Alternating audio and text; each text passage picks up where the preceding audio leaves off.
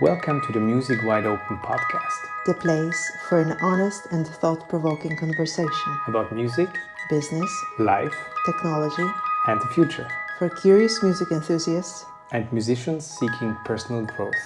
I'm Ingolf Wunder. And I am Paulina Wunder. What is a musician? Let's skip the obvious. What I want to talk about in this episode is the side of the profession that is often disregarded or mentioned, if at all, only peripherally, the human side. It seems that many people, especially in the classical music world, see artists, musicians, as some sort of musical monks whose life solely consists of music, records, and concerts. Musicians obviously must have some kind of a private daily life with its ups and downs, but no one really cares about it here, as it would be secondary, while it is the foundation of their artistic life and often the key to understanding their playing, choices, personality, and turns in their career. Ingolf, what do you think? Why is that? That this personal factor is basically unimportant? Well, there could be several reasons, of course. I'm not long enough on this planet to know exactly what it is, but it has definitely something to do with sensitivity levels of people, listeners, promoters, maybe artists themselves, education systems. And, also the reasons for going to a concert have changed over the last decade. So, and I think all this together, many people, as you very well know, go to a concert because Rachmaninoff is being played. And maybe people, like also the sports or the athletic aspect of concert life. And this created the market probably where you have to perform, you have to deliver. What bothers me, a non-musician, is that artists, and I'm not talking only about you, but it's based on my general observations, are generally expected to be superheroes who need to deliver in any circumstances, put the poker face on, whatever happens. Otherwise, they are seen as weak or difficult or capricious. This creates big pressure, and we know very well that there's probably not a single, let's talk about the soloists only because they have, I would say, more extreme lives than orchestra musicians. Pressure, yeah. Not a single soloist who didn't go at least once in his or her life through a rough patch. Yet he or she was not supposed to show it in any way. There's very little understanding, actually, for weakness. Also among the fellow musicians, by the way. Yeah, it's actually quite ironic in times where, let's put it mildly, where mediocrity is being put on the pedestal and being kind of celebrated. In general, we are not in talking normal life. In yes. normal life, Yeah. yes. Why do you think there's so little support, actually? I'm going back to the musician's life. Here we actually have to be clear about whom we are talking, because I'm sure some top fans of artists do care. So it's not that everybody, but the majority, or at least it feels like they don't care enough. And I think this is or it's very shallow. Yeah, the reasons I already touched upon at the beginning. Like, I think it's general sensitivity levels, which let's be honest. I mean, they are decreasing across many sectors and many fields in life, and this is pretty obvious. It would be nice if musicians get some support, mental support, not in their glory, but in the moments they might struggle. Here I would like to bring some examples from the past of musicians we know struggled. Maybe you do that, Ingolf? Well, there were, of course, many. I mean, we don't know as many details about people from the 19th century, but it starts, of course, there. But, famous pianists like Horowitz, severe depression or whatever real reasons there were for his absence or long absence from stage, comebacks, multiple comebacks, they say he had nervous breakdowns. Performance anxiety. And of course, a lot of performance anxiety. So mental health struggles like that, they impact careers and always have. I mean, Callas also had her struggles. You are much better person to talk about that because you really do know. Rubinstein had profound depression, once even attempted suicide when he was young. Survived just when the rope broke, by the way. But of course, normal stuff like financial difficulties, loneliness, these were his reasons. Glenn Gould had extreme stage fright and hypochondria. So even, let food deliver underneath his door at the end of his life just to make recordings and don't see anybody. Gulda had struggles, more of rebellious nature though, but he was a different thinker, but he faked his own death at the end. And that's more humorous, but there. But maybe not for him at that point. Maybe not. Who knows how severe it was? But Richter had intense stage fright. They also say there's other, maybe sexuality stuff. I don't know if it's right, but so was, by the way, Tchaikovsky. I mean, obviously, and he had problems all his life because of that. And but there's more than that. I mean, we could go through the list: Lipati, Bachmann, and back to Schumann and Beethoven. To be honest, I mean, Beethoven, the deafness that came gradually, and for sure not everybody knew about the problems at the beginning. Stress. I would like to come back to one person that you mentioned, Maria Callas. We are both fans of her. There is an archive recording of her talking privately, actually a very moving one, I find, where she raised exactly the subject of being seen as an artist, but not as a human being. I will quote two small excerpts here. What am I? Am I only a machine to sing? No, I'm a human being. I need help too. I have my fears, I have my hopes. I can be hurt too. And another one. Nobody thought, though, when they tore me down, how is this woman feeling? How is she taking it? Is there anybody to hold her hand? It must be hell. And of course it's hell. The reason why we do this episode is because I want to raise awareness that musicians are not machines. If you want to get artistic musical jewels, you need to accept their sensitivity and weakness, because if you don't do that, you get machines. That's correct. I was hesitant at the beginning to do this episode. Exactly. Because I absolutely don't want to be seen as weak or as somebody who who couldn't handle or cannot handle certain things, because I can. But as you said rightly, if you want to do art and music on the level that I want to do it, then you have to think about these things, these human things, because all these greats that we just listed had struggles themselves. They have this musical depth, this amazing, natural humanness in the music, and that comes only with struggles. To be honest, if the life is, if you don't show this, if you don't have these struggles, you are not, your diamond is not polished as interestingly. It's if you polish a rough diamond, then you have something different than if you just computer generated or 3D printed. True. So no, but as I said, I was hesitant because due to my life change of going into deep tech and doing all the things that I actually always cared about, it's easy to come to the conclusion that actually it's because he's so sensitive that he's not on stage anymore. That's of course not the reason. I want to point it out. Absolutely not. If you were weak, I wouldn't even want to talk about this with you publicly. And you're quite the opposite. Therefore, I thought it's important that we cover this subject and make people aware of a few things. Absolutely. I would like to talk about some difficulties musicians, soloists have to face. And maybe I would like to start with your personal experiences, Ingolf. Well, I mean, since my life is or was a bit different than normal professional musicians' lives, so late start. There was from the beginning huge pressure to.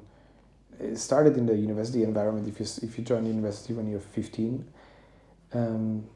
then especially with supposedly a great talent that you don't even know that you have at that point. Then there's a pressure to know everything or was a pressure to know everything without actually being able to know everything. I knew very, very little and had to make everything up.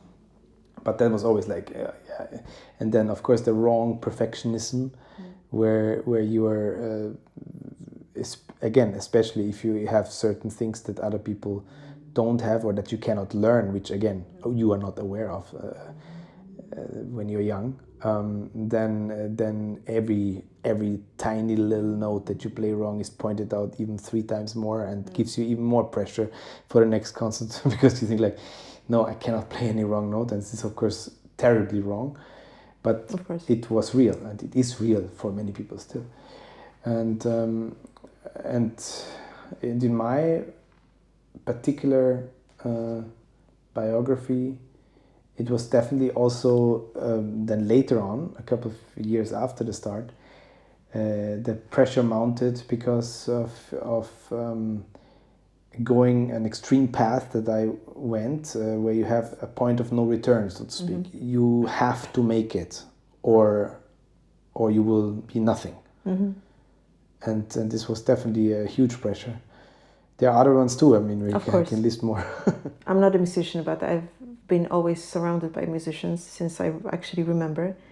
And I have to say that these are really tough people. They learn how to deal with the most extreme difficulties. And I'm talking here, of course, about the musicians who are actually playing on stage, not those who have an administrative job. Because here it's a bit different. It's easy to talk about it than to do it. That's true, and they don't. In fact, they don't know this life.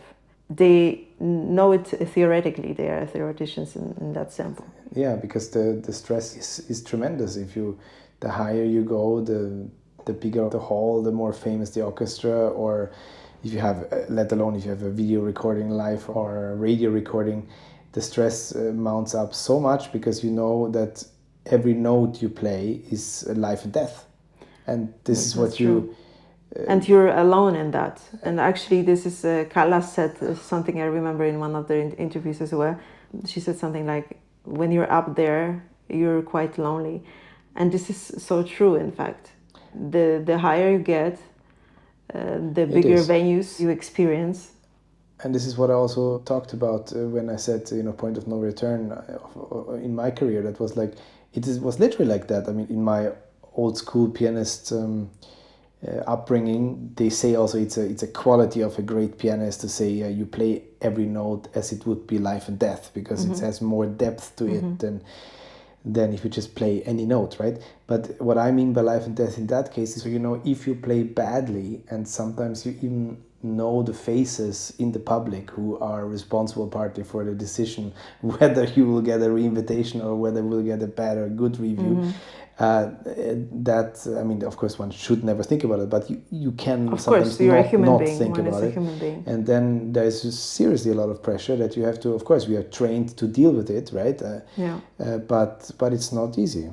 It is not, especially that there's this you have to deliver attitude. You're a musician, you have to be able to deliver. Yeah, sure. Otherwise, you don't be a musician. This is super insensitive. This is when I listen to some people sometimes saying such a thing. I say, why are you actually among the musicians? Insensitive, one thing. The other thing is that it's not even known exactly what it means to deliver. Like usually the deliver means play no wrong notes. That's wrong.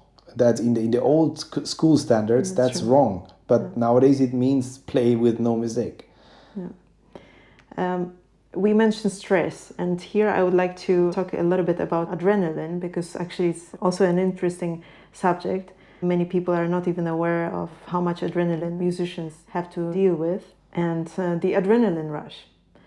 So the adrenaline rush is one of the body's vital defense mechanisms.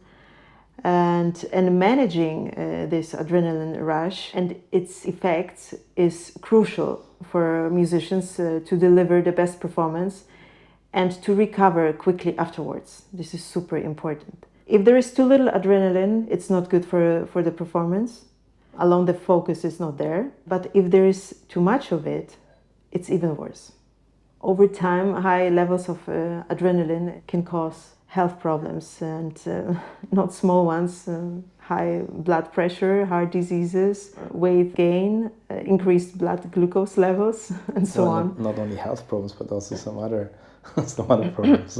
Yes, a lot of that. And on top of that, if you realize that the levels of adrenaline don't return to normal immediately after the performance, because what I say, it usually takes several hours. Wasn't there, I mean, I don't know exactly what it was, but wasn't there a lawsuit or something where in Germany, I think, where I don't know, don't nail me down on that where it was, but there was a lawsuit where a musician was found not guilty because he was actually by a court found that he's not responsible for his decisions 3 hours after the concert, like until 3 hours. But that's the positive side of it. But generally, if you think about it, that it stays so long in the body, and for example there is another performance next day and another, so these levels of adrenaline are really high. And on the positive side of it, except for this what you mentioned, I could see that since adrenaline is responsible for, this is what's called a fight and flight response, it reduces pain naturally, so it's a natural painkiller. Well, you know, like this is really, I mean, if one knows the mechanics behind it, which when I was young, of course, I had no idea. This is something that if you want to go the professional route, you have to learn how to deal with. Like your whole body is different on stage, your heart rate's different, your moves are different, everything, in my case, everything feels super slow. Not only in your case, this is a normal but this is fight really or tough. flight response. Yeah, it's really tough to actually control that to that extent that you know how you will react, or most likely react, in most of the situations. And this is, well, that's why they say that managing this is crucial, and it never ends. This is not a process that it's done at some point. It can change. That's why many people after years of performing had their mental breakdowns or burnouts or whatever else. And not only this, of course, I mean, soloists as well deal with addictions, drugs, alcohol, because they are human beings and because the pressure is so immense. And there is very little support. Then, already mentioned, health problems, then mental issues. Then on top of that, private life problems, because it's simply difficult to maintain one's private life properly when one is touring constantly. And if one is not touring... Difficult is an understatement, I think. Yes, and if one is not touring, one is practicing like crazy. So it's for most of the people, because most of the musicians don't travel with their spouse. Not anymore. Not anymore. We do that. But it's not a normal thing to do. It's really difficult. And then on top of that, there's basically no financial security, because there is no fixed monthly salary for the soloist, unless they are employed by a music school as well. Which many do nowadays because of the insecurities of exactly of the market. But basically, there's not such a thing like a comfort zone for musicians, for the soloist, let's say. Which is, of course, a great training if you think about it positively. Absolutely. Because everything that comes afterwards is sort of easy. Absolutely. That is why I say musicians, soloists especially, are very tough people. And on top of that, I mentioned already that adrenaline makes it possible. Musicians are able to play with pain, in some cases even with bloody fingers. Yeah, this pain resistance is, of course, something you also, especially on the fingers, you're being trained to endure from a very early time on. The amounts of times I practiced with plasters or with bloody fingers is like, it's incountable. So it's all the time. And But that's okay. Not only you. I mean, we know know. many people who do Yeah, that. no, absolutely. But also the drug problem, absolutely. This is something that isn't really talked about. It's kind of a taboo, and I can honestly say with clean conscience that I've never taken any drugs, and I never plan to. But there are many examples, famous and not so famous, that actually have to take drugs to supplement their, let's call it adrenaline problems, or No, I wouldn't. adrenaline rush problems. I would say rather the stress, the pressure. And stress, yes. But I think it's connected. But yeah. And the demand. And don't forget about the competition circle where... This we'll cover in another episode. Yeah, but of course also there, I think there should be drug tests anyway, but that's for another time. That's true. So... there is a huge pressure as well for musicians generally, because on one hand they have a huge responsibility. And I think you do, and other musicians think about that as well. People pay for their tickets to see them, to listen to them. There's a pressure of being re-invited, or sometimes it doesn't matter how you play. It depends on very many factors that decide. Because you know what I also think is that what isn't being taught, or where pianists or musicians, soloists are not educated in, is to differentiate the musical side and the business side, because people are not, me included, absolutely, I'm totally green. I had no idea how it works when it all started. But once you know that, it creates another problem, because you need to, with your conscious brain, which is tough, separate the two things, where you are, playing for, ideally, for some higher spirit, and then there are some simple business decisions that decide stuff, or decide even the judgment that you get. That's true. And this is tough once you know it. You have to kind of get a shield, which again you have to sort of deliver. Yes. So on one hand, the musicians, the soloists, are expected to be sensitive, to be musical, bring beautiful emotions on stage, and at the same time to be like a tank. It's a very difficult and deadly combination. That's why so many musicians actually have a problem, at least once at some point in their life.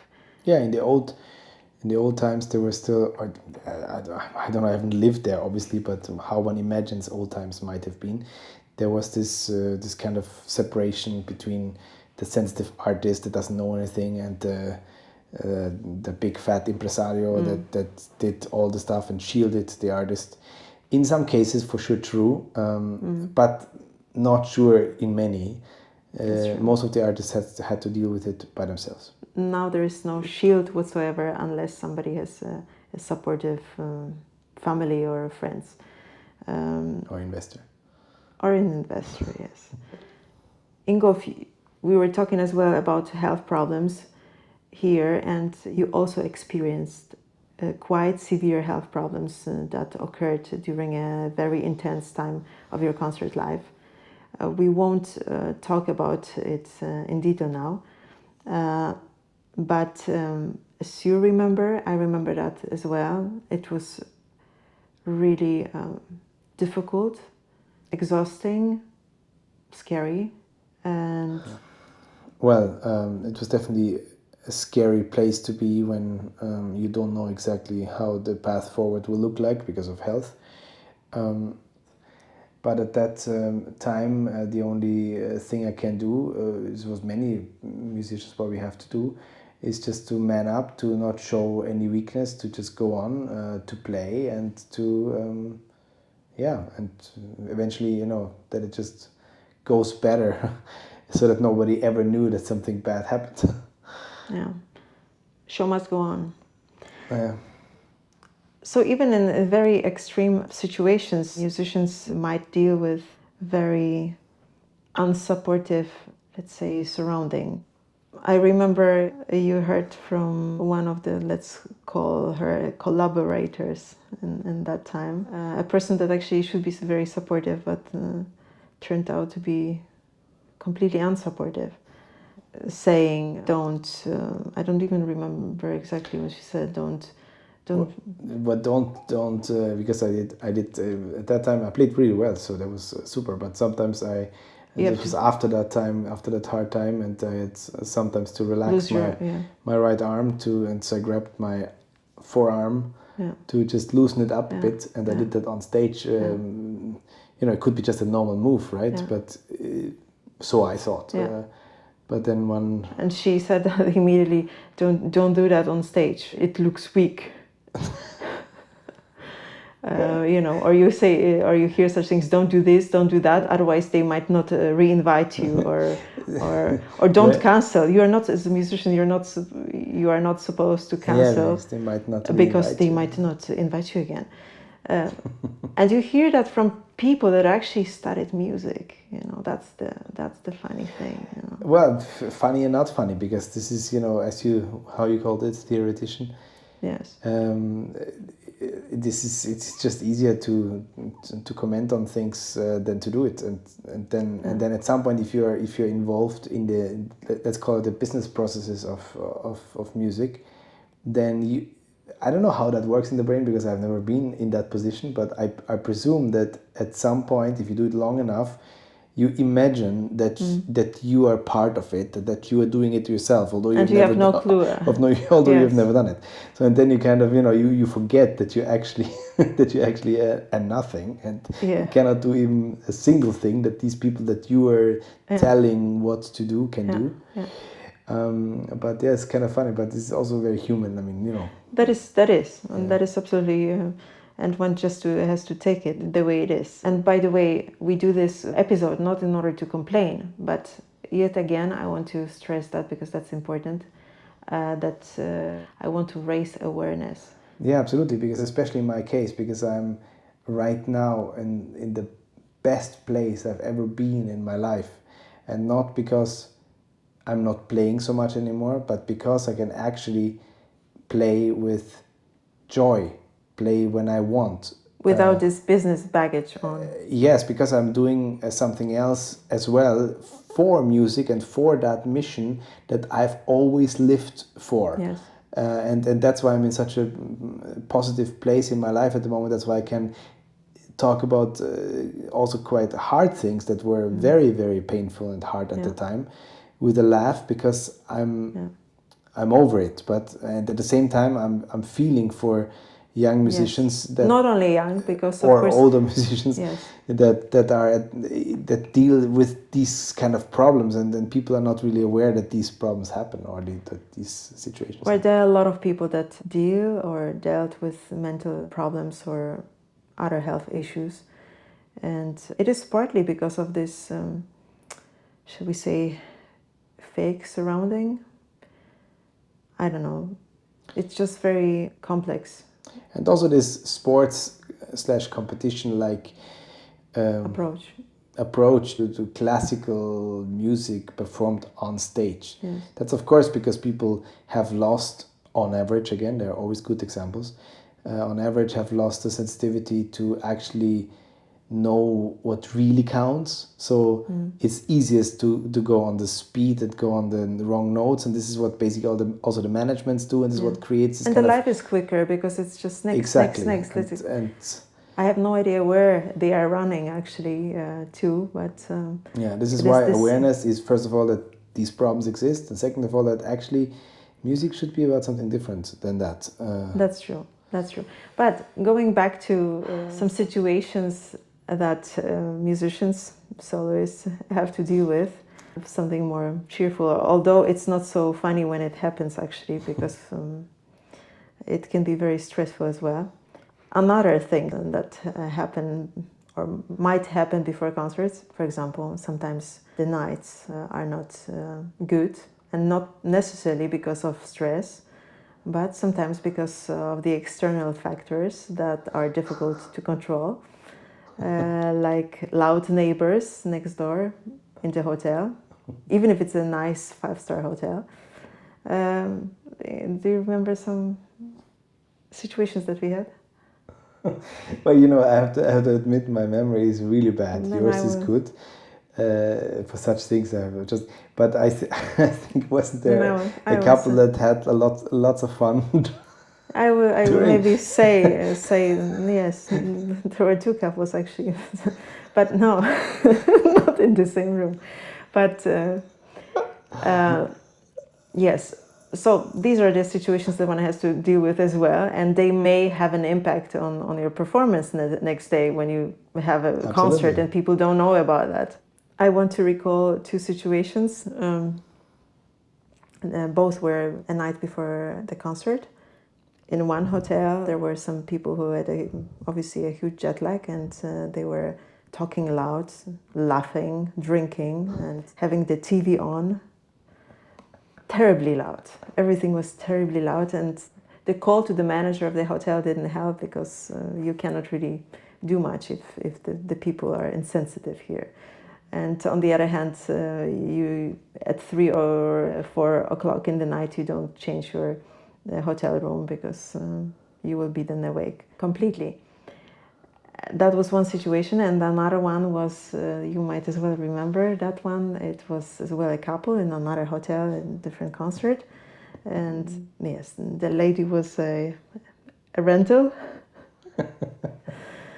And she was obviously kicked out at around 3 o'clock in the night.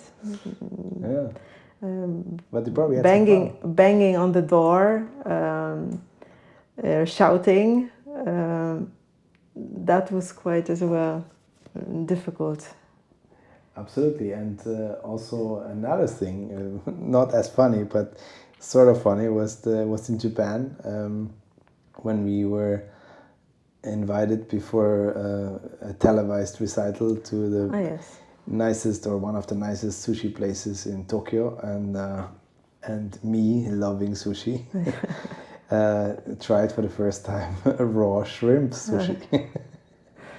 Not aware that I have an allergy against raw shrimp. And your lips tripled. Yeah, so that night wasn't good either. That's true. So, yeah. So many things can happen. Some funny, some not so funny. Well, of course, the eating routines are as well completely different, and this is as well the public or people are as well not aware of that. One travels a lot, one tours around the world. If you eat something that irritates your stomach, it can happen when you change places all the time, different cuisines, different cultures, different water, and then you don't feel well simply, but you have to play. Yes. And well, in a sense, like what these people who don't really understand say, you have to deliver.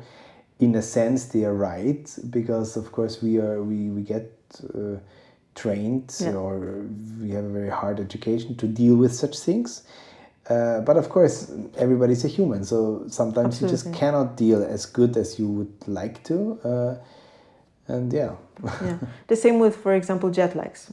It's a little bit different with orchestra musicians, because if an orchestra goes on tour, that includes a jet lag. And what I mean by jet lag, personally, it's more than 6 hours.